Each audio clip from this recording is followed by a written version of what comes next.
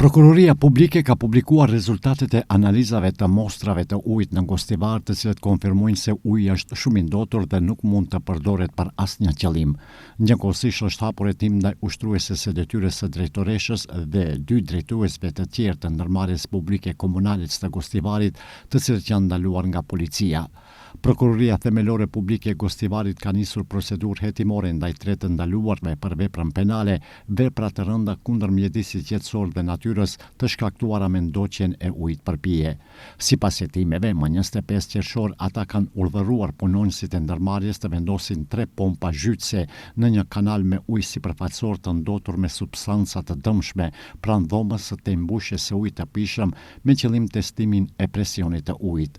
Më 16 kurik gjatë ekspertizës në vendngjarje është konstatuar se 2 nga pompat zhytëse ishin ende në funksion dhe përmes gypave shtytës të vendosur në përhapjen e tembushjes transportonin ujë me substanca të dëmshme dhe baktere koliforme nga sistemi i hapur kanali në dhomën ku ndodhej uji i sistemit të mbyllur të furnizimit me ujë të pishëm me cilësi të përcaktuar.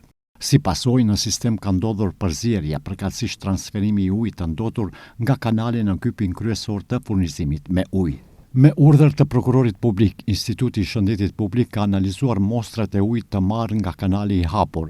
Analizat kanë treguar se uji është shumë i ndotur dhe nuk mund të përdoret për asnjë qëllim për shkak të pranisë së 2490.6 njësive formuese të kolonive për 100 ml të baktereve koliforme, ndërsa kufiri maksimal i lejuar është 50 për 100 ml. Në mostrat e marra nga burimi i kaptuar është konstatuar numër i shtuar i kolonive bakteriale aerobike mezofile, si dhe pranie baktereve koliforme. Për shkak të nivelit të lartë të ndoqjes, uji është shpallur, i papërdorshëm dhe i pasigurt për konsum dhe përdorim nga njerëzit. Gjithashtu është analizuar një mostër uji nga një çesm në rrugën JNA në Gostivar, ku është konstatuar përqendrim i lartë i klorit. Duke pasur parasysh se pasojat e ndoqjes nuk mund të eliminohen lehtësisht, prokurori publik ka vlerësuar se ekziston dyshimi i bazuar se është kryer vepra penale për të cilën po zhvillohet hetimi.